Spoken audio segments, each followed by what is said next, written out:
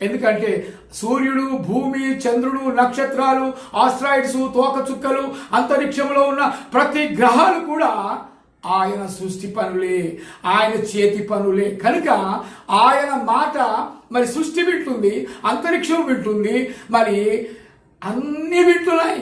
సృష్టిలో ప్రతిదీ కూడా దేవుని యొక్క మాట వింటుంది. కానీ దేవుని స్వరూపము చొప్పున, ఆయన పోలిక చొప్పున, ఆయన స్వరూపములో చేసిన మానవుడు మాత్రం దేవుని మాట వినకుండా దేవునికి దూరం అయిపోతున్నాడు, మరి సాతానుకు దగ్గరైపోతున్నాడు. హల్లెలూయా.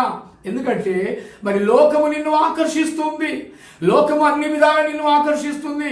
ఈ లోకము ఒక రంగుల వలయము, ఈ లోకము ఒక రంగుల రాట్నము.